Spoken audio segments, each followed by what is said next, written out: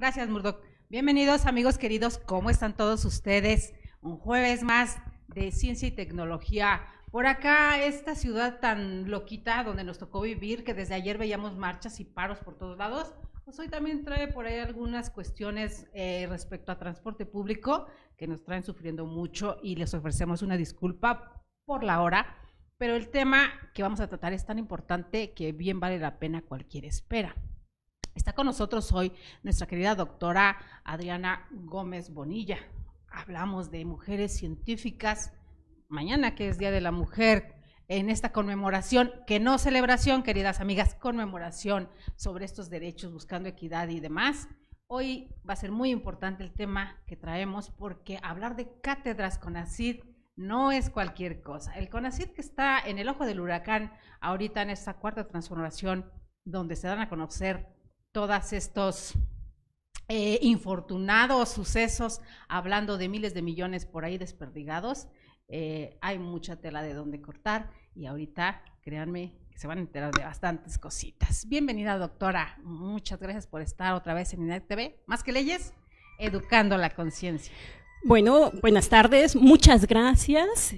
Siempre es un gusto estar aquí en INADEC TV y que nos abran el espacio, sobre todo un espacio que ha sido muy amigable, que ha sido también eco para un sector de científicos que no tenemos los grandes reflectores y que a veces por una cuestión generacional pues hemos estado un poco excluidos de muchas decisiones, a pesar de que esas decisiones nos afectan de manera considerable, mucho más que a otros. Directito, ¿no? Exactamente, ¿no? Incluso estamos encontrando un poco algo de adultocentrismo, donde a pesar de que somos doctores con trayectoria, pues de repente nos quieren tratar como becarios de licenciatura, ¿no? Entonces, pues siempre es un gusto. Casi de kinder, querida mía, porque son los cerebros pensantes de nuestro país y los quieren minimizar de tal forma que eso, para alguien que somos del común, que no tenemos tantos estudios, es aberrante que quieran hacer eso,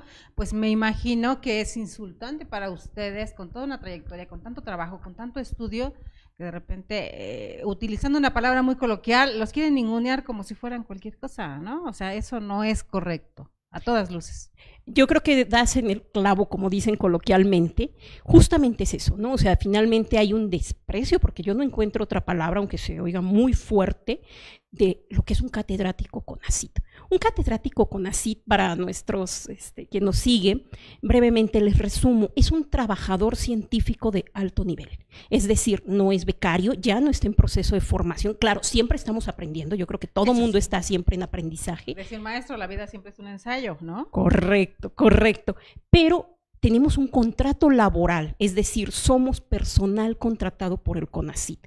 Y bueno, el problema con esto es que se quiere negar esa relación, que bueno, seguramente cuando circulan por aquí abogados, bueno, ellos han hablado mucho de la importancia de lo jurídico. Claro. Y justamente hace unos días fuimos a la Cámara de Diputados, tuvimos una reunión con la presidenta de la Comisión de Ciencia y Tecnología, y ahí nos encontramos algunos colegas, ¿no? Y estos colegas lo que decían, bueno, pero ustedes, ¿quiénes son? ¿Son un tipo de becario? ¿Quiénes son?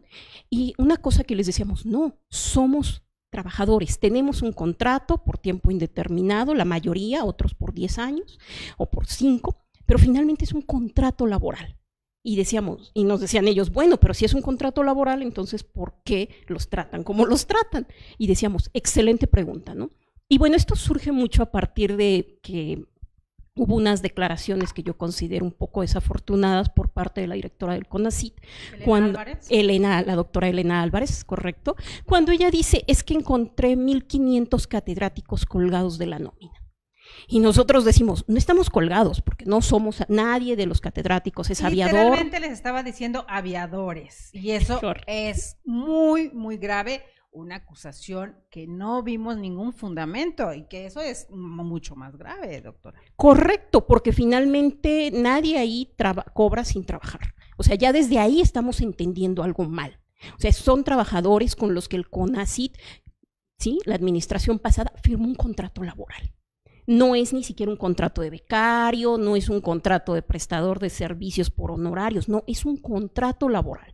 El catedrático paga impuestos, el catedrático hace sus declaraciones patrimoniales, como cualquier servidor público en este país. Sin embargo, cuando se les pregunta hay muchas a la dirección de CONACYT, hay muchas evasivas, hay muchas, y hay mucha opacidad. Y este infantilismo, ¿no? Incluso hace un par de días hubo una nueva conferencia de prensa donde dicen, es que tienen problemas con su tutor. No, tutor es quien está guiando a alguien que esté en proceso de formación. Por eso digo que los rebajan a nivel de kinder, por Dios. Correcto, correcto. Y eso aparentemente puede ser muy simple y decir, bueno, qué exagerados, pero hay en el fondo una cosa que nos parece sumamente grave, que es la violación a toda la normativa laboral, que no es poca cosa. O sea, ya cuando nos vamos en el terreno de, bueno, ¿por qué no se están respetando los derechos laborales? ¿Por qué la Ley Federal del Trabajo se está invisibilizando? Incluso hay algunos detalles, ¿no? Que de repente con algunos colegas dicen, es que me dijeron que era de confianza. Y cuando les decimos, bueno, a ver, la ley dice que quién es de confianza, quién tiene puestos directivos, quién hace servicios personales. Muy específicos en el organigrama, ¿no? Correcto, correcto. Y la investigación científica en el apartado A del artículo 123 constitucional no incluye a los científicos. Entonces, bueno, ahí estamos encontrando una actuación con dolo y con mala fe. ¿De quién fue? Bueno, eso ahorita no nos toca a nosotros rastrearlo. No le toca a la doctora, pero yo sí les voy a dar algunas cifras y algunos datos que ustedes como auditorio, cada quien formará su opinión, porque como en todos los programas, aquí la responsabilidad de la opinión es de quienes la emitimos, queridos amigos, y en un rato más me van a dar oportunidad de compartirles algunas cifras sobre cuestiones del CONACYT. El despilfarro de recursos, como fue llamado o como se ha ido llamado. Hay una cuestión, doctora querida. ¿Ustedes como científicos han sentido un sesgo mediático? Totalmente, porque en ningún momento los medios se han acercado a los catedráticos. De hecho, estamos como entre dos posiciones, pero son otra vez estas dos posiciones de gente muy consolidada que tiene más de 20 años haciendo investigación en la academia. Los que llamaron machuchones de la ciencia bueno, por ahí en una de las mañaneras, ¿no? Exacto, por ahí. Bien ganado el mote, en algunos casos. En otros no tanto. No, pero bueno, sí está muy bien ganado el mote. Exacto, pero bueno, finalmente estamos frente a un problema que yo voy a insistir, generacional.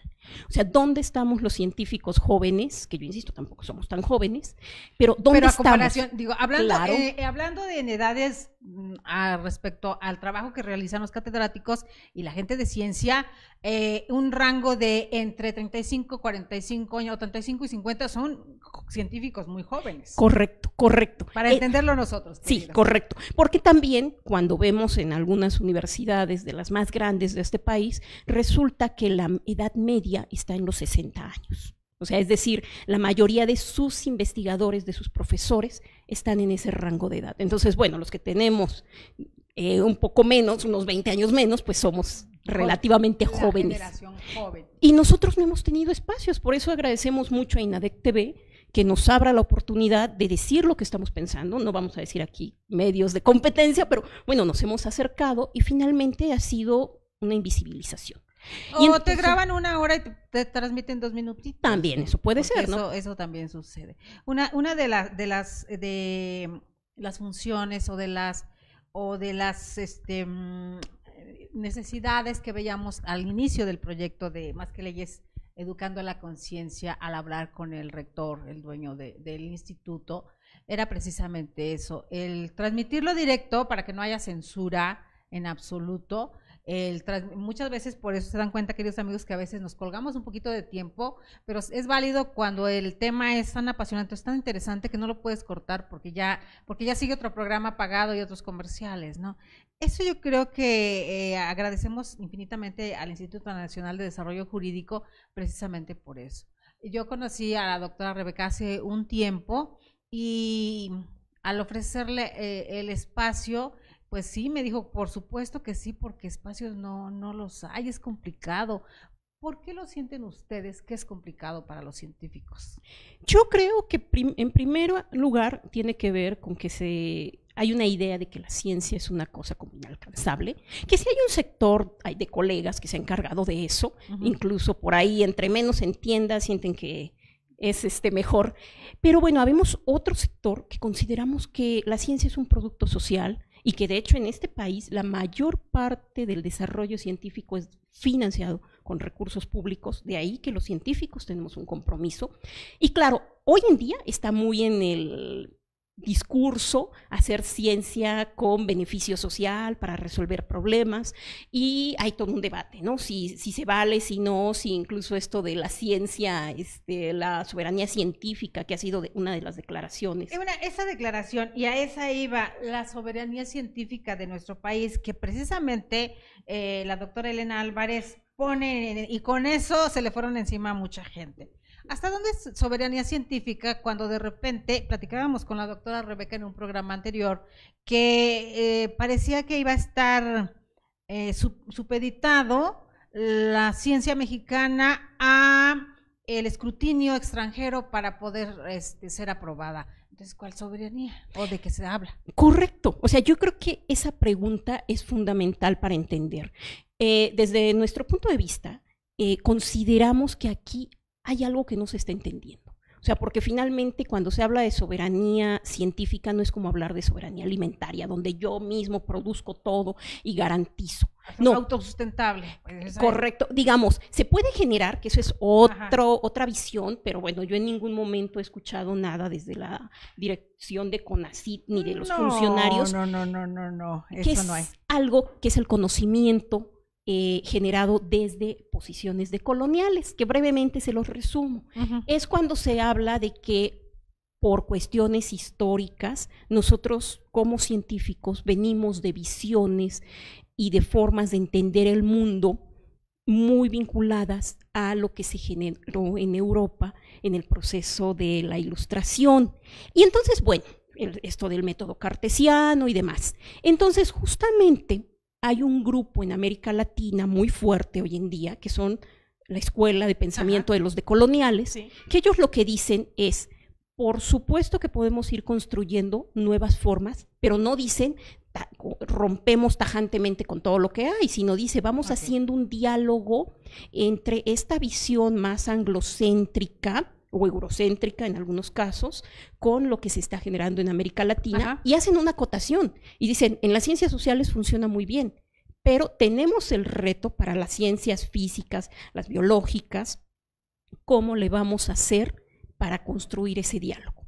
Entonces aquí yo creo que hay una confusión, porque efectivamente se ha hecho muchísimo trabajo desde estas posiciones decoloniales en América Latina. Digo, América Latina, aunque México esté incluido, a veces en estos mapas de construcción de conocimiento, a veces México está como con un pie mirando hacia Estados Unidos. En Norteamérica. Correcto. Ahí sí nos consideramos norteamericanos. Hay algo, hay algo. Incluso luego, por ejemplo, eso lo vinculamos ahorita mucho con lo de la problemática laboral de catedráticos y de académicos mexicanos, que a veces el argumento de algunos, que yo pienso que no es de mala fe, sino que más bien no se está entendiendo nuevamente, dicen, es que en Estados Unidos la investigación se hace de tal forma y no hay contratos por tiempo indeterminado y no hay estabilidad laboral, pero hay una diferencia. Pero tienen su Silicon Valley, o sea, hay una correcto. Es como de aquí es un universo alterno, hablando de ciencia. Correcto. Y entonces, pero el punto es que no voltean a ver que finalmente México tiene otras características, tiene una legislación laboral de avanzada, digamos, y que los académicos y los científicos están incluidos en esta legislación. Justo ayer que hubo un conversatorio en la Cámara de Diputados, y me llamó mucho la atención que había colegas que decían, es que no es posible que alguien esté demandando al CONACYT o esté poniendo amparos. Y bueno, muchos no vimos esa posición con preocupación, porque digo, claro, acotaban, no es que queramos estar por encima de la ley, y yo digo, no, sí es una posición pidiendo estar fuera de la ley, que fue, por ejemplo, la administración pasada de CONACYT, ahorita le vamos a hacer comentarios al respecto. Claro, tuvo que acatar la sentencia que salió de un amparo cuando se dice que los becarios no pueden trabajar, porque es anticonstitucional. Y bueno, y le dicen en otro amparo, y usted tiene que acatar la ley porque es un órgano público, y entonces, bueno, de alguna manera. Y que todavía, incluso ahorita, aun cuando hay una administración nueva, yo creo que también los mexicanos podemos estar en espera de que se hagan auditorías especiales para estas situaciones que se dieron en el periodo que estuvo el doctor Cabrero, que no queda nada claros, y yo creo que muchos de los científicos o gente que dependía, pues no están muy contentos por la forma como se llevó la administración y cuentas que no fueron muy claras o incluso no se han entregado completamente, ¿no?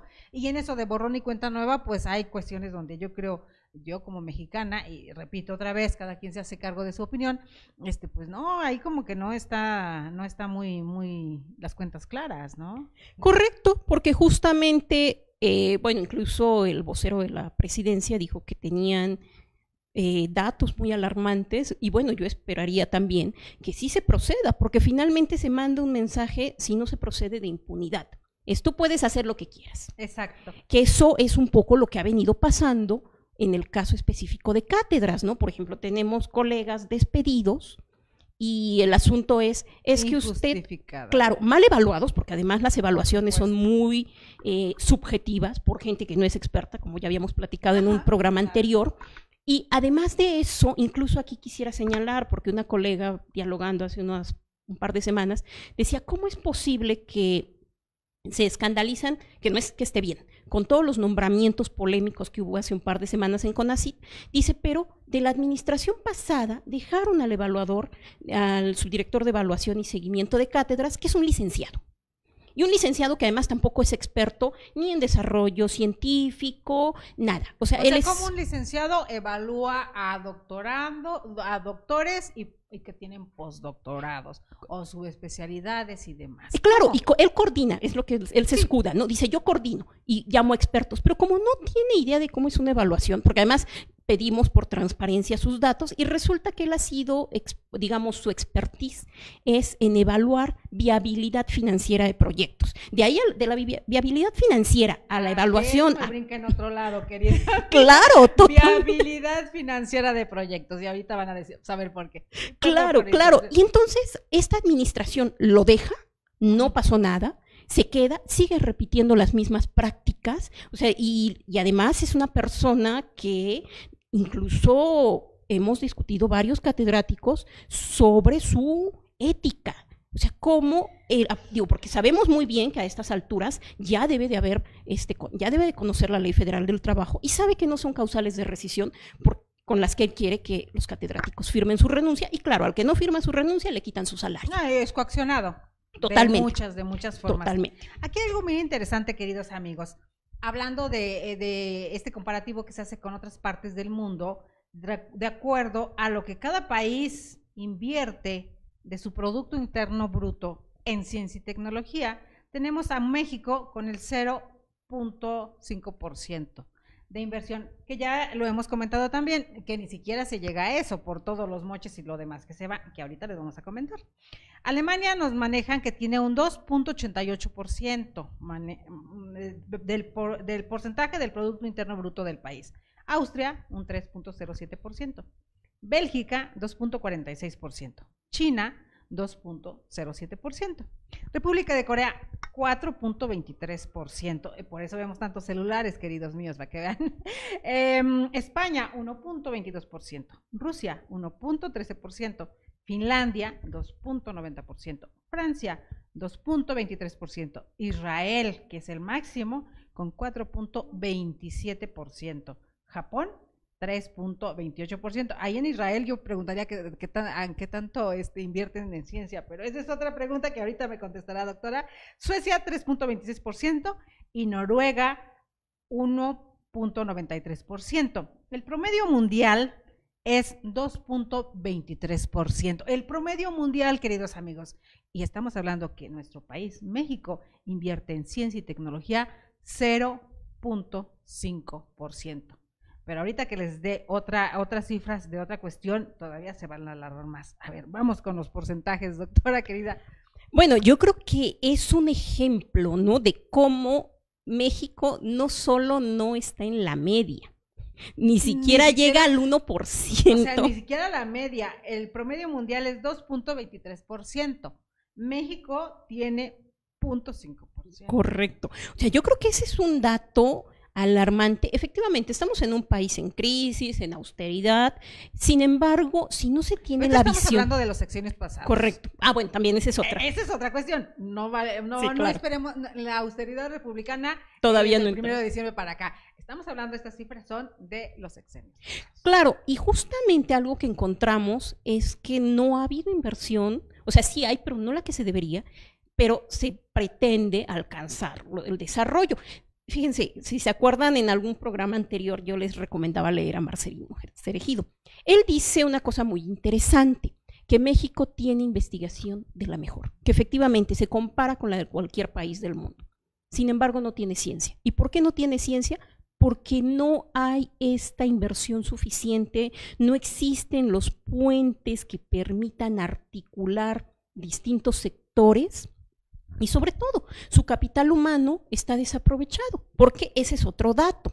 El CONACYT forma a muchísima gente, justamente, digo, ya no supe cómo quedó la polémica. La directora de CONACYT hace una semana dijo que iban a dar alrededor de 8,000 becas para posgrado, después corrigió que no, que eran 7,000. Entonces ya no sé, en realidad esos datos todavía no están abiertos por transparencia, entonces no les puedo dar la cifra precisa.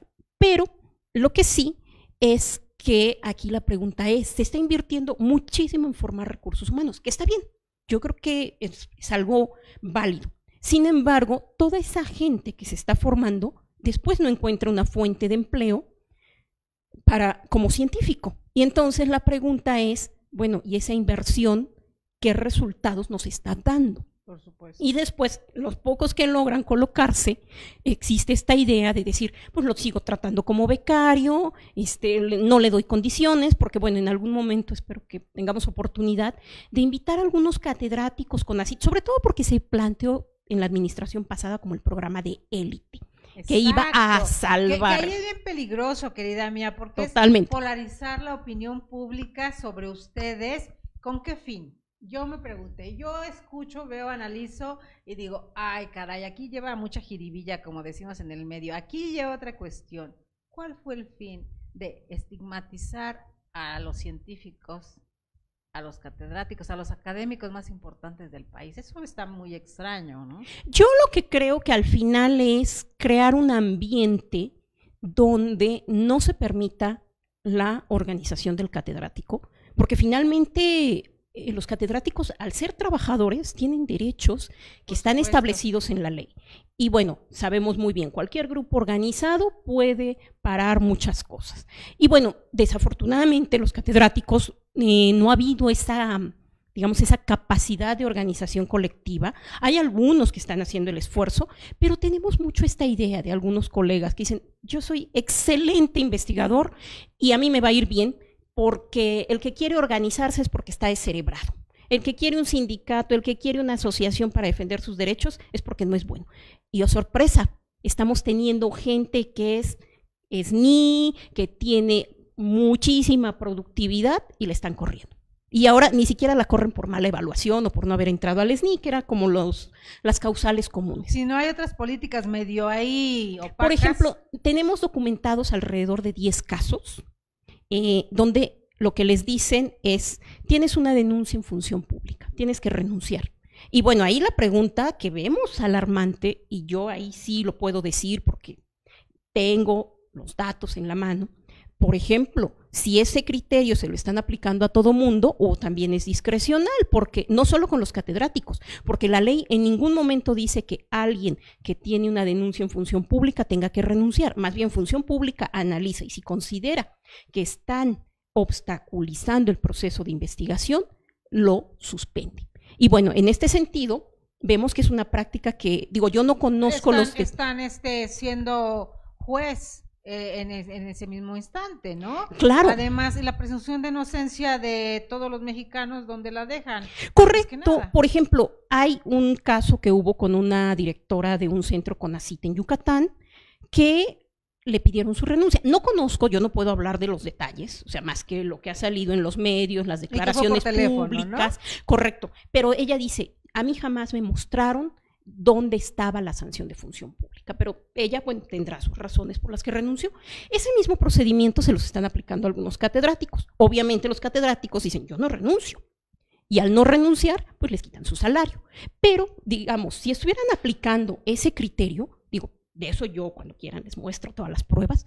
Por ejemplo, el presidente del Colegio de Michoacán tiene una denuncia ante función pública desde hace varios meses y hasta donde yo tengo entendido no ha sido ni suspendido, no ha sido ni retirado y tiene que ver con un mal uso de un recurso que llegó, que no se empleó para lo que se había dicho. Querida amiga, los rectores estos de universidades que precisamente cortan toda la ciencia y tecnología en universidades y ahí sí hay muchas cosas que hacer y en esa parte no vemos que pongan los puntos sobre las IES. Claro, ¿por qué? Porque justamente pues es gente que está, digamos, vinculada, muy ad hoc, sí, claro, ¿no? En cambio, un catedrático que está produciendo, pero que por alguna razón molestó a alguien en la institución donde está comisionado, porque además esa es otra cosa, o sea, muchas de las bajas de catedráticos, porque además ni siquiera dicen lo despedí, sino dicen lo di de baja, bueno, que para fines legales es lo mismo.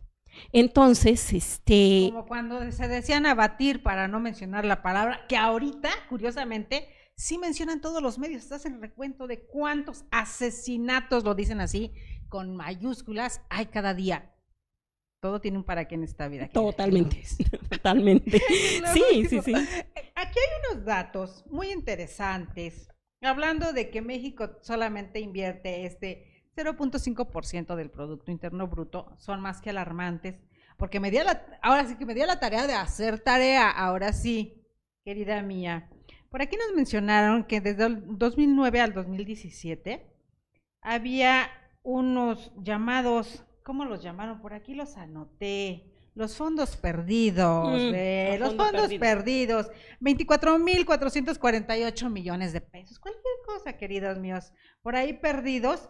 Y de estos 24,448 millones, 7,367 millones fueron nada más y nada menos que para 512 grandes empresas, la mayoría transnacionales. Aquí viene la pregunta, ¿por qué el CONACYT, que le niega recursos incluso a sus catedráticos, le da dinero a empresas transnacionales y empresas ya perfectamente fundadas, que debieran, que nos presumen en todos lados que son las que vienen a invertir a nuestro país y a salvar a México? Y ahí van los datos. La IBM le dieron 54.4 millones de pesos. A Intel le dieron 202 millones de pesos. A la Ford, 17 millones de pesos. A la General Motors, 9.7 millones de pesos. A Monsanto, queridos amigos, hemos estado hablando del glifosato, que últimamente hasta las cervezas, lo siento mucho, queridos, que les encantan las cervezas, por aquí veo alguno, el vino, el maíz y demás están llenos de pesticidas y ahorita esa rebatinga hay por aquí en los medios. Pues a Monsanto se le dieron 20.8 millones de pesos para la mejora genética del maíz y para variedades híbridas de sorgo.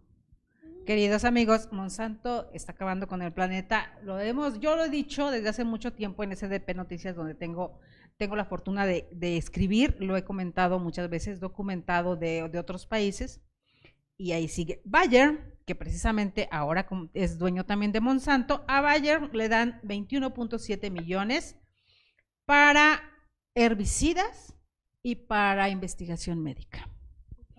A Continental, dice, ¿cómo por qué le van a dar a Continental una fábrica que produce llantas y partes de carros? Pues se le dieron 203 millones. A la Volkswagen, 168 millones. A Sanofi, esta empresa francesa, pero no dicen cuánto, entonces eso es más preocupante. A la Nissan, 20.4 millones. A la Kimberly Clark, yo sé que muchos van a decir, pero si el dueño es exacto, pero la Kimberly Clark recibió 39.4 millones. Honeywell, que es una de aeroespaciales y demás, 143 millones. Catcon, 147.3 millones. Hoff, una alemana, 71 millones, que también son de partes de automotrices y demás. Y aquí viene una cuestión, para la industria minera de México también se recibió 13 millones.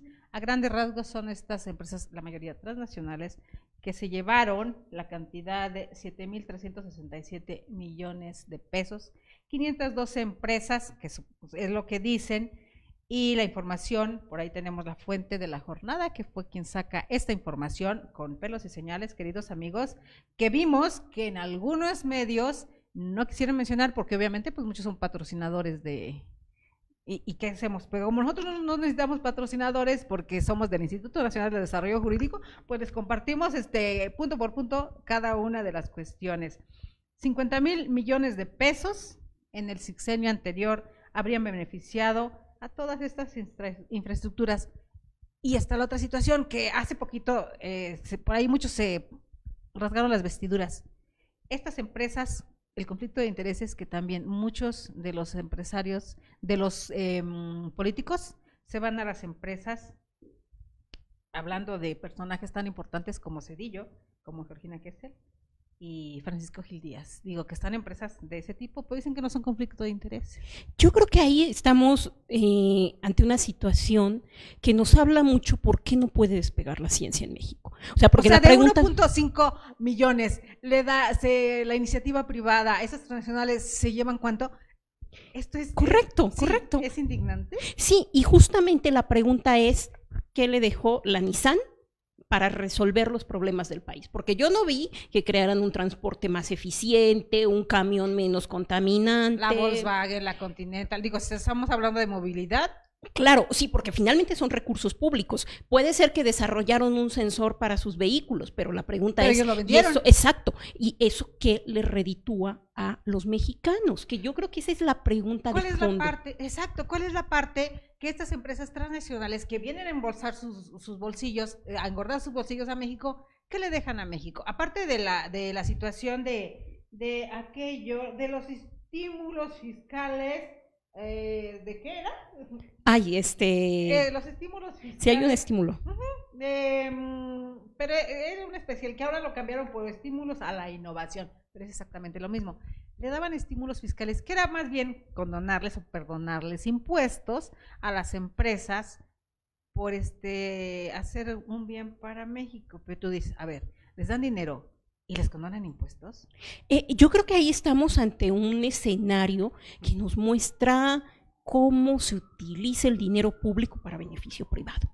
O sea, yo sé que es muy fuerte esto que estoy diciendo. Y nada más estamos hablando de un 0.5% que era de CONACYT, y que vimos, y que ya les mencioné las empresas, queridos amigos, que vimos que se vinieron a despachar con la cuchara grande en ese rubro. Claro, y cuando se pregunta, bueno, ¿por qué no hubo dinero para ciencia básica, que eran, digamos, el tipo de proyectos en el que concursaba la mayoría de los científicos vinculados a instituciones públicas de investigación o de educación superior? Pues no, ahí tenemos, o sea, ¿para cuánto hubiera alcanzado 7,000 millones de pesos? ¿Cuántos proyectos de ciencia básica? Los 50,000 que se perdieron en el sexenio pasado. Seguramente, ¿no? Ahora, tenemos, por ejemplo, también que se acaba de anunciar que creo que se iba a incrementar 4 veces más ciencia básica, digamos. Bueno, eso es una buena noticia, yo no conozco todavía los detalles porque no se han presentado, pero bueno, aún así, la pregunta es, ¿qué va a hacer esta nueva administración? Porque ya dijo que no va a haber fondos para las empresas privadas,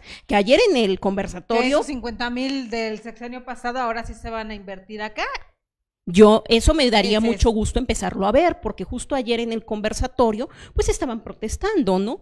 Diciendo que cómo era posible. Y bueno, yo creo que ante eso los mexicanos tenemos que ser muy vigilantes, ¿no? Tenemos que estar muy alerta, porque finalmente ese es dinero público. Claro, el CONACYT otra vez, ya lo hemos platicado en otros programas, mucho tiempo se manejó como esto es un asunto de científicos, la gente no tiene por qué opinar. Pero por eso el director de los científicos necesitaba su chef especial, porque tenían que tratarlo bien, son otras cuestiones. La gente común no podemos opinar al respecto. Y espero que entendieron mi tono, queridos amigos, porque de verdad es aberrante Y nos indignamos porque se retiran recursos a instituciones de mujeres violentadas y a guarderías. Pero es la misma porquería por todos lados, querida mía. Sí. Y por unos pagan muchos, ¿estás de acuerdo? Sí, simplemente volviendo al tema, ¿no? de hoy, ¿no? Que es Cátedras CONACYT. O sea, finalmente se quiere desaparecer el programa, claro, no se dice abiertamente. ¿Cuál es? Pero una de ellas es que en algún momento se anunció que se querían traer 30,000 científicos consolidados con liderazgos internacionales que están en el extranjero.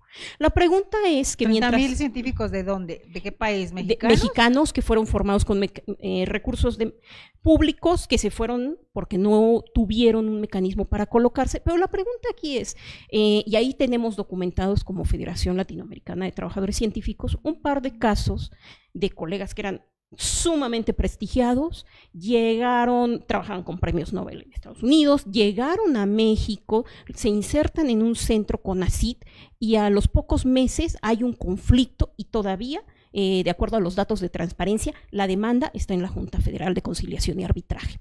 ¿Y por qué? Pues porque obviamente no es nada más sacar a la gente que está en unas condiciones, ¿no? Y traerlas a donde no las hay. Incluso decimos los catedráticos que todavía dicen, no somos un sector consolidado, todavía no tenemos liderazgos internacionales por lo que decíamos, de la edad, de la trayectoria, y aún así es sumamente complicado y llegamos a algunas instituciones, no nos quieren, hay un miedo hacia el catedrático, o sea, digamos, sale, yo creo que esta parte de cómo es la estructura, ¿no? Es una estructura donde no se permite o que se maneja todo con mucha opacidad, y entonces, pues, digamos, muchos casos de catedráticos que han sido dados de baja, algunos han demandado al CONACYT, otros no, tienen que ver con un conflicto que llegaron a instituciones que no estaban preparadas para recibir científicos de alto nivel. Y algunos son centros CONACYT, lo dejo así. Exacto, porque aquí hay otra cuestión. Obviamente que vienen con unos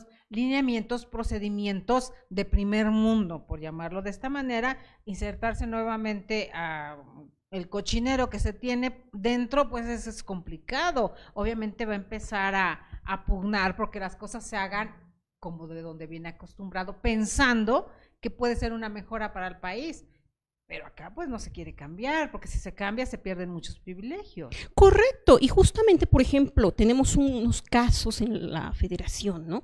Que tienen que ver con catedráticos que estaban en un centro CONACYT, que está en Michoacán, ya no voy a decir más datos, saben de qué hablo, y justamente era el asunto de no los queremos porque no nos agradan, y claro, cuando vemos la trayectoria resulta que no había ningún experto en los temas que traían estos catedráticos, o sea, es decir, se pierde la línea de investigación y todo el tiempo están opinando, y el CONACYT súper obediente, ahí sí no encuentro otra palabra, que agarra y dice, es que no lo quieren en la institución, pues ¿cómo lo van a querer si es alguien que tiene vínculos? Y era catedráticos jóvenes, o sea, claro. Ahora imagínense que llegue alguien consolidado, que tiene estas grandes trayectorias, pues obviamente la gente que está en estos centros, que además algunos de ellos es gente que son extranjeros, y digo, yo no tengo nada en contra de que se contraten extranjeros, pero la pregunta es, ¿por qué no se colocaron en su país? O sea, ¿por qué vienen a México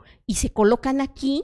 Y bueno, y después cuando se les pregunta, ¿y tus vínculos con el extranjero? Porque si tú te formaste en un país, digo, los que hemos estado, nos hemos formado fuera del país, pues tenemos vínculos que mantenemos, nos invitan, tenemos redes. Y la pregunta cuando se les hace a ellos, pues resulta que no tienen ninguno. Muchos de ellos no tienen vínculos, ¿no? O ni aparecen de repente las credenciales o las cédulas de donde vinieron. Yo por ahí tengo hubo una investigación de alguien que está dentro del sector salud ahorita muy bien posicionada, que no había cédula profesional, y ahí está la denuncia y así se quedó.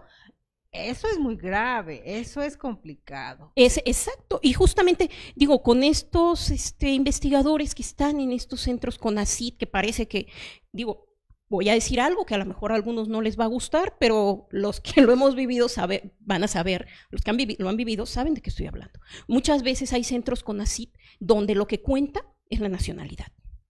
Y bueno, yo conozco ese caso porque lo documentamos muy y a si detalle. Y si eres güerito de ojo azul, pues anglosajón, eso da un plus, ¿no? Y supuesto. justamente cuando yo veía la trayectoria, me mostraba estos catedráticos, la trayectoria de esta gente, de este centro de investigación, yo decía, a ver, o sea, no pasan de SNI 1 y tienen 20 años. O sea, ese es SNI 1. Ok, correcto, para correcto. el público que no conocemos tanto de ese tema, ir aprendiendo de la mano. Sí, miren, el Sistema Nacional de Investigadores tiene 4 niveles. Es candidato, SNI 1, SNI 2, SNI 3, bueno, un quinto que sería el emérito, pero bueno, esos 3 y eméritos son poquitos, ¿no?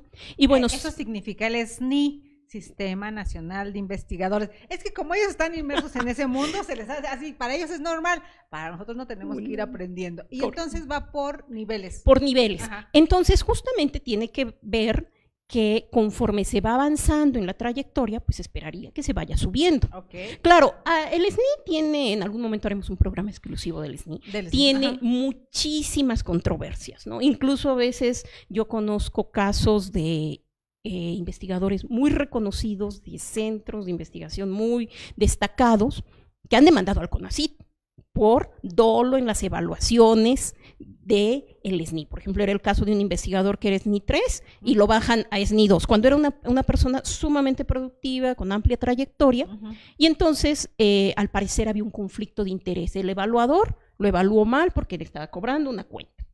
Entonces él recurre a los tribunales, demanda y le dan la razón. Y qué peligroso, porque entonces podemos imaginar que si evalúa para abajo, también por una lana puede evaluar hacia arriba. Claro, es justamente este caso, lo que presentaba este investigador era que había alguien que incluso en ese entonces se permitía entrar al SNI sin doctorado, ahora ya no tenía doctorado y le habían dado SNI 3, no tenía trayectoria y era SNI 3. Entonces, bueno, por supuesto, esto ha sido muy cuestionado. Se había dicho que se iban a cambiar los criterios. En la nueva convocatoria que salió resulta que todo sigue igual. Y bueno, lo que sí es interesante es, bueno, no interesante, más bien, muchas veces esto del SNI tiene que ver un poco con un proceso azaroso. Azaroso, ¿por qué? Porque si te toca una comisión ética con gente comprometida, pues seguramente van a hacer una evaluación, digamos, no que sea siempre que le favorezca al investigador, pero digamos objetiva, correcta, imparcial. Pero si te toca a alguien que no es ético, bueno, pues el caso, les digo, de este prestigiado investigador que tuvo que demandar. Y al final le dan la razón porque efectivamente se demuestra que había un conflicto de interés, se demuestra el dolo. Entonces vamos viendo, ¿no? Y bueno, digamos, pero con todo eso es, digamos, lo que tenemos para evaluar a un científico. ¿Y hasta qué punto yo, en un caso hipotético, soy científica y voy a que me evalúen?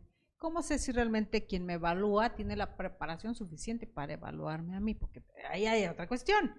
Con este dolo en las evaluaciones, ¿también sucede en el CONACYT?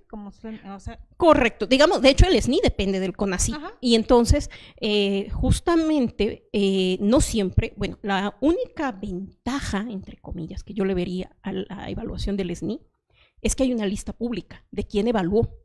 Y entonces, bueno, yo espero que eso continúe, que siga existiendo la Plataforma Nacional de Transparencia. ¿Sabes quién fue quien te hizo el examen? Claro, bueno, eso no es un examen, es una evaluación. Bueno, entonces, no, fue un decir coloquial. Okay. ¿Sabes quién te hizo el examen? Correcto. A ver. Entonces, justamente se puede ver y claro, hay muchos puntos ciegos que no quedan claros porque de repente se habla que hay unas comisiones preevaluadoras que nadie conoce, que no son públicas, pero bueno, incluso existe el recurso de apelación. Okay. Y bueno, les digo, yo sé de casos que cuando incluso insisten en la apelación, reconsideración se llama, es el término adecuado. Entonces van a los tribunales. Pero bueno, imagínense qué desgaste que un científico que tiene que estar produciendo tenga que estar en un tribunal demostrando por qué hubo dolo. Pero bueno, sí está pasando. Y ahí son cuestiones también económicas, porque también es invertir tiempo, dinero, esfuerzo y demás. Claro. Además hay otra cuestión, va de por medio su prestigio, tiene... No, correcto. Cuestión. Pero también si, digamos, hay opacidad en el SNI, hay dudas, que eso no lo digo yo, eso, ha habido foros completos para discutirlo del SNI, cuando llegamos al caso cátedras en evaluación, bueno, quien coordina la evaluación es un licenciado que no tiene experiencia alguna en evaluación, ni en desarrollo científico, ni mucho menos. Esa es una.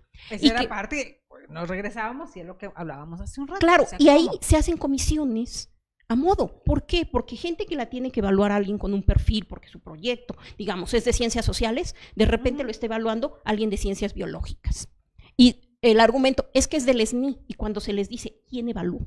No, es que es confidencial. No, aquí no hay confidencialidades. Y bueno, desafortunadamente, por eso nos encanta y esperamos que siga existiendo, es la Plataforma Nacional de Transparencia. Ajá. ¿Por qué? Porque es como hemos nosotros como organización, como Federación Latinoamericana de Trabajadores Científicos, accedido a muchísima información. Y es como nos hemos dado cuenta, pues claro, ¿cómo no va a haber catedráticos mal evaluados cuando resulta que el evaluador pues no entendió? Pero incluso dentro de la misma federación tenemos algunos colegas que han sido invitados a evaluar catedráticos. Y entonces, al evaluarlos, dice, pues es que a mí me llegó un proyecto de neurociencias cuando yo trabajo especies o animales marinos. Y entonces, ¿cómo vas a evaluar algo de lo conocido? Claro. Es como si eres abogado y quieren que evalúes un médico. Correcto. Y entonces, o sea, y entonces me dice, yo por ética me paré y renuncié. Pero dice, hay colegas que no lo hicieron. Dijeron, ¿qué más da? Yo lo que voy a hacer es que voy a copiar lo que dijo su institución. Y claro, obviamente, esto incluso no solo es violatorio de toda la normativa, sino al final, si hacemos estas cuentas, ahora que se está pensando en austeridad, ¿cuánto le cuesta una demanda al CONACYT? Porque finalmente la demanda, efectivamente, el catedrático demanda y pues tendrá que hacer una inversión, pero el catedrático ya no tiene nada que perder. Lo que tenía que era su empleo, ya lo perdió. Entonces, vía la demanda, lo puede recuperar. Y entonces, pero el CONACYT tiene que defenderse, tiene que tener un abogado y yendo a las audiencias, tiene que tener preparando la demanda, respondiendo, perdón, la demanda, y en una de esas la pierde. Y va a tener que pagar salarios caídos. Y la pregunta es, por cumplirle caprichos a instituciones corruptas, porque no hay otra palabra, a instituciones que no están al nivel de los catedráticos, entonces el CONACYT paga. Y la pregunta ahí es, ¿y la austeridad? Digo, con la administración pasada me queda claro que incluso existía un buffet que le pagaban un millón. Ahí hay otra cuestión. Exacto, $1 millón de pesos. Hay otra cuestión. Por eso caso. Me parece igual que la viabilidad de financiación de proyectos. Correcto. ¿Dónde fueron a parar los dineros, no? Exacto. Entonces, algo similar me parece con eso. Claro, pero ahora que estamos en austeridad, la pregunta. Tengo un buffet especial para defenderme. Eso dice mucho. Que saben que están haciendo algo mal desde el principio, ¿no? Claro. Entonces, pero ahora que está con la austeridad, la pregunta es, ¿cada despido de catedráticos es riesgo de una demanda? Y en una de esas sale caro. O sea, la pregunta es, ¿cuánto está costando el no hacer cumplir la ley? Porque finalmente es muy simple. Un catedrático que una institución dice, no lo quiero porque me cae gordo, porque no me gustó lo que dice. Es más, vamos a invitar a una colega, no esperemos. Jamás. Jamás, no, o sea, porque no tiene, en muchos casos no hay expertos. Claro. Y llega el catedrático, que aunque sea joven, ajá, pues está innovando en líneas de investigación y pues hay una molestia. Vamos a invitar a una colega, esperemos que pueda venir en algún momento. Ella tiene un análisis muy interesante de los catedráticos y de este sistema, cómo al ser tan jerárquico, muchas veces la calidad y la productividad científica se va quedando de lado para dar paso a lealtades. Y estas lealtades es, bueno, como tú vas a decidir lealtades si me quedo. Que lleva en vez de ese, lleva el signo de pesos al final, claro, porque son unas lealtades bastante costosas. Claro, claro, y entonces tú me vas a evaluar bien y yo soy tu incondicional como catedrático. Entonces, me evalúas bien, no importa si hicimos, pero como tú me estás evaluando y el CONACYT te está dando toda la facultad para que lo hagas, entonces puede ser que no haya cumplido, que no tenga el desarrollo científico que se necesitaba, la productividad, pero como fui muy leal, fui muy obediente, me quedo. Y gente que está produciendo, pero que no fue obediente y que injustamente metía en conflicto en instituciones que a veces no se produce como dicen, o también otra cosa que pasa mucho, las instituciones, a los científicos, tanto a nivel individual como en sus instituciones, todo el tiempo se les está evaluando. Y todo el tiempo es cuántas publicaciones, cuántos tesistas graduados, cuántas redes internacionales tienes, a cuántos congresos fuiste. Bueno, a veces creo que ayer en el conversatorio había quien decía, es excesivo, o sea, es una locura, ¿no? Entonces, sin embargo, por ejemplo, hay instituciones ¿Y que... dices, a qué horas trabajan? Si andan de congresos y congresos, ¿y a qué horas investigan? Bueno, es parte también, el Congreso a veces es parte, pero bueno, claro. Una cosa que yo quiero señalar aquí, justamente estas instituciones... y tenemos documentados los casos que, bueno, si se los enseñáramos no acabamos. Como buenos científicos que la metodología la llevan al pie de la letra, ellos sí tienen todo documentado. Correcto. Resulta que estos centros de investigación se benefician y cuando reportan sus números globales, meten la productividad del catedrático. Pero cuando evalúan al catedrático es, no hizo, no es suficiente, y cuando vemos resulta que producen mucho más que el promedio de sus investigadores. Entonces, y bueno, y el catedrático tiene que... Lo utilizo, pero no le reditúo. Exacto, y no le reconozco, ¿pero por qué? Porque no fue obediente, porque no me cargó la maleta, porque no estuvo dispuesto. Incluso tenemos unos casos que, digo, yo lo digo aquí, tenemos todas las pruebas donde hay acoso sexual. Sí, claro. Y entonces dicen, colegas, he tenido que salir de mi institución por una cuestión de acoso. Y decimos, bueno, ¿y el CONACYT dónde está? O sea, ¿dónde está? Hacia las mujeres. Yo por ahí tengo en Facebook, que ahora son las redes personales, de científicos de Colombia y demás por ese grupo, que precisamente yo compartí algunos memes que ya lo toman en ese sentido, sobre eres mujer, aunque seas científica, pues piensas menos que yo, tráeme el café, correcto, ¿no? Correcto. Porque también sucede todavía misoginia muchísima, que ese es un tema que ahora que claro, que ahora que Rebeca, la otra colega, se ha metido en esto del Parlamento de Mujeres, lo ha tocado. Y bueno, de repente hay quien le ha contestado que bueno, ya les vendrá a contar su historia con más detalle, pero yo les adelanto que pero así siempre ha sido, y así es.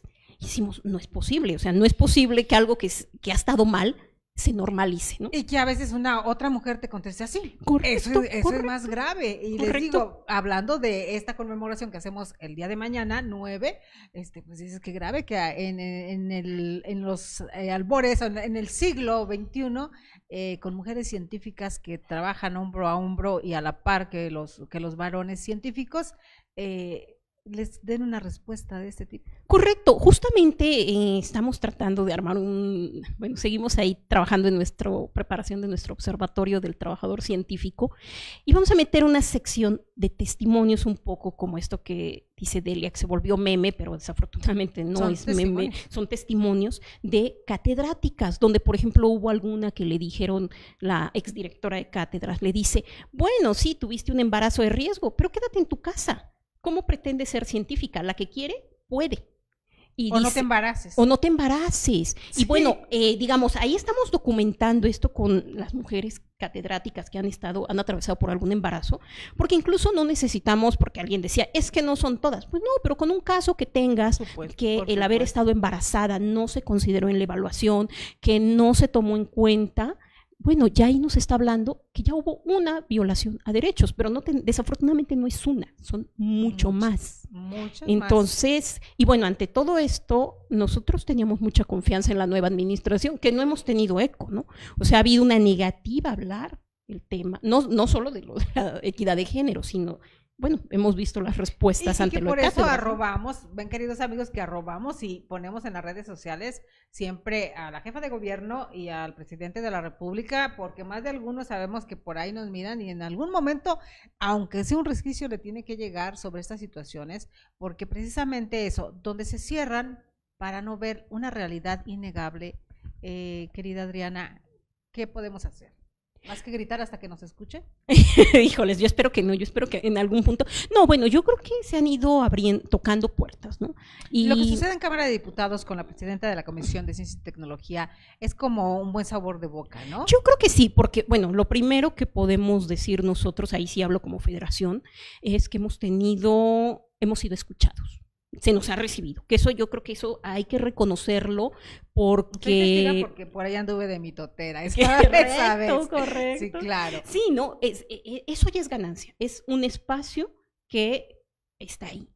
Por ejemplo, no hemos tenido esa misma apertura con la administración del CONACYT, ni la anterior ni esta. Ni esta. O sea, de hecho, se han pedido reuniones, algunos catedráticos que tienen conflicto con CONACYT, y les han dicho, lleguemos a un acuerdo. O sea, pero el acuerdo no puede ser que yo te retiro la demanda y tú sales sin nada. O sea, lleguemos a un acuerdo. Y ni siquiera ha habido respuesta, o la respuesta es, yo con usted no dialogo porque usted me demandó. O sea, estamos encontrando posiciones sumamente inmaduras, radicales, de no resolver un conflicto que yo insisto, este conflicto puede ser muy grave en términos de recursos económicos, porque, insisto, una demanda no es gratis. El catedrático no tiene nada que perder, o sea, ya lo perdió. Sin embargo, el CONACYT sí. Entonces, bueno, o sea, la pregunta ahí es, ¿dónde está esta apertura para solucionar? En ese sentido, digo, ha sido nula con el CONACYT. Ni siquiera como empleado patrón, porque aquí no es empleado patrón, es una institución que debiera ponderar los derechos de los trabajadores científicos, pero no como patrón, pertenecen al Estado. Claro. ¿Qué tenemos de ganancia aquí, doctora Adriana querida?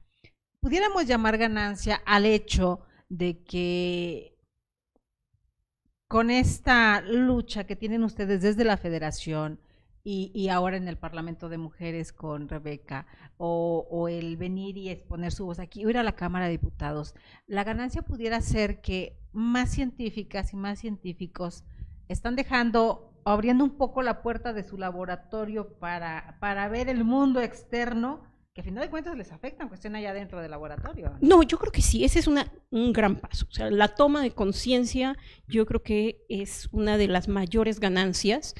Seguramente hace un año, si nos hubiéramos empezado a dialogar sobre esto, muchos hubieran dicho, no pasa nada. Hoy hay una preocupación. O sea, por ejemplo, entre los catedráticos que forman parte de la federación están muy preocupados, dicen, bueno, ¿y qué va a pasar? O sea, porque finalmente no es que yo renuncio a cátedra si tengo ahí 4 opciones más de empleo. O sea, no es cierto, o sea, no hay empleo para un científico. ¿Y la iniciativa privada? La iniciativa privada, desafortunadamente en este país, no absorbe a un número considerable. Y después, ayer en el conversatorio estaba mucho la idea de que pongan su empresa.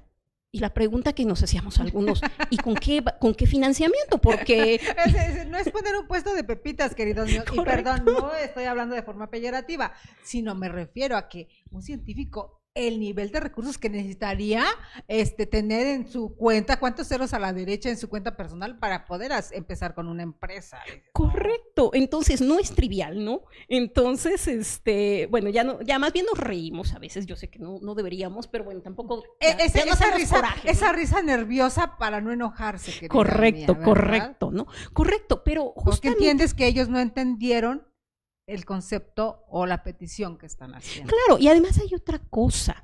Yo creo que a veces, yo quiero pensarlo así, hay una generación que está hablando desde el privilegio y que no visualiza, porque no ayer, justo en el... Se radicalizó, les dijeron otra forma, les dijeron la mafia de la ciencia a ustedes, si fuera la mafia de la ciencia. Sí, ahí fíjense que quiero comentar algo. Efectivamente, hay, no sé si una mafia como tal, pero sí prácticas mafiosas. Pero no somos todos. Exacto, digo, no porque por ejemplo... En el mismo costal. Correcto, cuando a un catedrático que es un joven científico que va empezando, que está luchando más bien contra la cultura mafiosa en las instituciones en algunos casos, o con la cultura mafiosa de sus evaluadores, entonces más bien ahí no es que sea como todo mundo una mafia, sino más bien hay prácticas mafiosas que efectivamente, yo coincido, tienen que erradicarse, y efectivamente quien las ha venido reproduciendo, pues muchas veces son los que no quieren que se mueva nada, ¿no? Porque era, ¿cómo me vas a quitar mis privilegios? Aunque esos privilegios... Muchos de la iniciativa privada. Digo, lo vimos ahí en la Cámara de Diputados. Más de alguno prácticamente sollozaba, ¿no? Claro, me vas a quitar mis privilegios. ¿Por qué? Cuando yo como mexicana le preguntaría, pero la iniciativa privada, ¿qué le aporta al país y a las instituciones de ciencia y tecnología? Correcto. Porque bien y les quita. ¿Pero cuál es nuestro beneficio? Pues ninguno, ¿no? Y por ejemplo, tenemos algunos prestigiados académicos ya de amplia trayectoria que dicen, pero ¿por qué insisten en querer tener una plaza? Pero la pregunta que yo les devolvería sería, ¿tú hubieras podido hacer tu carrera sin tener estabilidad laboral? Porque ese es un principio de la UNESCO que dice, no se puede pensar que va a haber ciencia porque la ciencia la hacen los científicos y los científicos necesitan estabilidad laboral. Y la pregunta aquí es, ¿y cuándo vamos a tener estabilidad laboral? Porque sobre eso incluso como que molesta mucho la pregunta a un sector, como que incluso es, bueno, yo tuve mi plaza, pero esas ya se acabaron, ¿cómo quieres acceder a eso? Entonces aquí yo creo que nos da para otro programa en algún momento con este asunto de la justicia, ¿no? De la justicia, porque bueno, justo quien dice que no es necesario tener estabilidad ni plazas para... Es porque está bien. Pero tienen la suya, entonces yo digo, bueno, pues que la dejen y que se lancen a construir sus empresas y que me cuenten si es Sí, es tan fácil como nos dicen. correcto, ¿no? Desde su mundo, desde la burbuja se mira todo diferente. Igual, ¿verdad? por ejemplo, con algunas colegas ya de amplia trayectoria que dicen, pero si no es difícil ser mujer y ser científica. Y cuando les decimos, o alguien decía hace unos días, ¿no? Dice, ya les abrimos, ustedes pueden estudiar lo que quieran. Y contestan las jóvenes investigadoras, dicen, sí, pero yo no puedo, podré estudiar lo que yo quiera, pero no tengo garantía de que voy a tener un trabajo estable, ¿no? Y sin un trabajo estable, yo no puedo desarrollarme. Entonces, bueno, pues creo que vamos cerrando. Queridos amigos, pues mire que el tiempo se nos va como agua, y van a decir, ¿cómo hablan estas mujeres? Pero había mucho que contar. Por aquí tenemos saluditos, nuestra querida doctora Silvia Yasmín Sara Techón. Te lo voy a leer textual, querida Adriana. A ver, adelante. Qué mujer tan inteligente y valiente. Gracias por ser así, es lo que necesitamos. Excelente programa e información como siempre. Querida Jazz, doctora catedrática de aquí de INADEC también, gracias por los cumplidos. Y nos dice, hay una excesiva prostitución de los casos que menciona la investigadora en los institutos de investigaciones. Al menos conozco uno donde los puestos de investigador ya tienen línea y solo se hace toda la parafernalia para simular, pensé que me daba algo, para simular la democracia, otra vez entrecomillado, de su convocatoria. Eso es muy cierto, ¿no? Muy cierto. Y muchas veces parte del conflicto con catedráticos, con ACIT, tiene que ver con eso, que se quería la cátedra para alguien más y cuando hay una comisión que no conoce, que no es de la institución, dice, a ver, simplemente por currículum, por trayectoria, se la doy a otro. Y entonces... terrible. Aquí porque los apellidos, las herencias, los compadrazgos, también, los amiguismos. También. Y entonces eso casi es una declaración de muerte para el catedrático que llegó. O sea, tenemos, por ejemplo, en este centro de investigación en Michoacán, que es un centro CONACYT, que es lo más grave, ¿no? O sea, no estamos hablando, sin menospreciar, de una universidad local, ¿no? No, un tecnológico local, no, y tienen mucho los tecnológicos locales, no estoy menospreciando, sino lo estoy diciendo porque tienen mucho más normativa y tendrían que tener un compromiso ético más grande, que no lo tienen. Entonces, justamente, llegaron los catedráticos, es que yo no quería ese catedrático, y todavía lo escriben, en algún momento les vamos a mostrar esto, porque nos encanta eso. Entonces, donde dicen, no lo queremos que se vaya ese catedrático porque no nos agrada, porque no era el que queríamos, así. Y el CONACYT, cómplice. Entonces, bueno, aquí vamos viendo la gravedad. Bueno, agradezco mucho los elogios, siempre son, nos hacen bien porque... Son alicientes, sí. Son alicientes para el alma, en una lucha tan desigual, queridos amigos, donde la doctora Rebeca Paola, la doctora Adriana Gómez, que son con quienes tengo yo frecuentemente estas entrevistas y que me considero afortunada de tener su amistad, porque eso es una fortuna.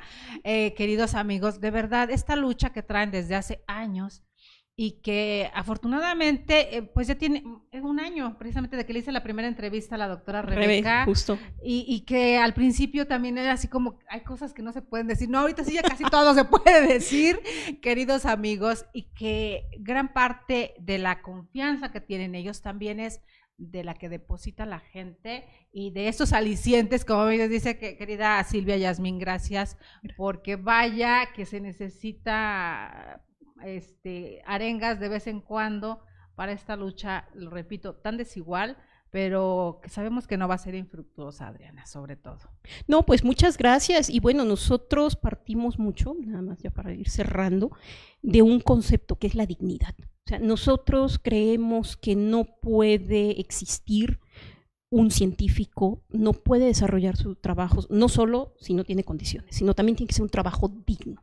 Y un trabajo digno implica no tener que estar siendo leal con alguien que a lo mejor no es ético, no tener que estar incondicional, exacto. Entonces, porque esa incondicionalidad en esa parte te está haciendo cómplice, ¿no? Correcto. Y que bueno, que muchos de los que estamos aquí venimos, nos paramos, porque muchas veces hemos sido evaluados, o más bien constantemente somos evaluados, y nos evalúan muy bien. Tenemos pares internacionales, hemos dirigido, coordinado grupos de investigación, y donde conocen nuestra trayectoria y saben que justamente todo lo que hemos enfrentado, muchos de estos científicos, es por una cuestión de corrupción.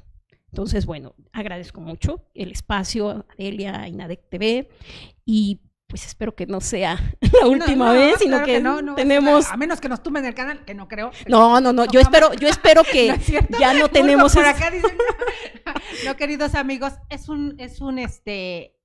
una plataforma, una ventana para exponer la problemática de lo que sucede. ¿Qué les dejas como última reflexión a los catedráticos y al público en general? Bueno, la reflexión que yo dejaría es que finalmente a nosotros nos respalda la ley. Y bueno, los catedráticos, hay una ley que está respaldando, que es la Ley Federal del Trabajo, y que sobre eso toca, pues se oye muy fuerte, pero yo creo que ya no encuentro otra palabra, que es exigir que se cumpla. No, incluso no ser cómplice al no exigirlo, porque al no exigirlo estamos siendo cómplices de estas violaciones a la ley. Así es. Porque en medida que, digamos, nosotros, bueno, los catedráticos no están pidiendo, me acuerdo mucho de una canción ahí muy popular de los años 80, decía no pido un viaje a la luna, ¿no? O no te pido la luna. Justamente yo creo que estamos pidiendo que se respete la ley, y la ley a los catedráticos les da estabilidad laboral. Entonces, no hay mucho más, ¿no? Yo creo que eso es como lo que yo dejo. O sea, yo creo que lo único que en un país en crisis nos puede llevar a flote es respetar la ley como ciudadanos y pedir que se respete. Justicia, definitivamente. Queridos amigos, pues ya ves, nos quedamos con un programa excepcional. Nos deja mucho la doctora Adriana Gómez Bonilla el día de hoy para conocer sobre lo que son cátedras de CONACYT, y de paso nos enteramos todos estos pequeños recovecos. Las cifras, como les comentaba, ahí están puntuales en algunos medios, no en todos. Los datos ahí quedan grabados. Es bueno conocer hacia dónde se están yendo los centavos, les digo yo siempre, estos centavos que hacen falta a los catedráticos y a la verdadera ciencia en nuestro país. Ojalá se meta en cintura a estos machuchones de la ciencia que mencionaba el presidente Andrés Manuel López Obrador, y las cosas para México sean mejor. La soberanía del país no puede estar supeditada a que la evalúen desde el extranjero, porque entonces, ¿cuál soberanía sería? Tenemos talentos mexicanos impresionantes, solamente es darles el lugar y hacer la justicia que nos menciona la doctora Adriana. Tengan una tarde excelente, los esperamos el día de mañana. Ya saben que los viernes tenemos Viernes de Cultura, mañana conmemorando a las mujeres. Vamos a tener un programa excelente, excepcional, créanme, espérenos para mañana. Recuerden seguirnos en todas nuestras plataformas digitales con el hashtag Más que Leyes y con el hashtag INADEC TV. Soy Delia Linares Alvarado, gracias por un programa más, hoy nuestro jueves de Ciencia y Tecnología. Vaya que va a causar ámpulas, querida seguramente mía, más que las que nos ponen de los alergólogos, pero pues que para algo sirva. Nos vemos mañana, muchas gracias.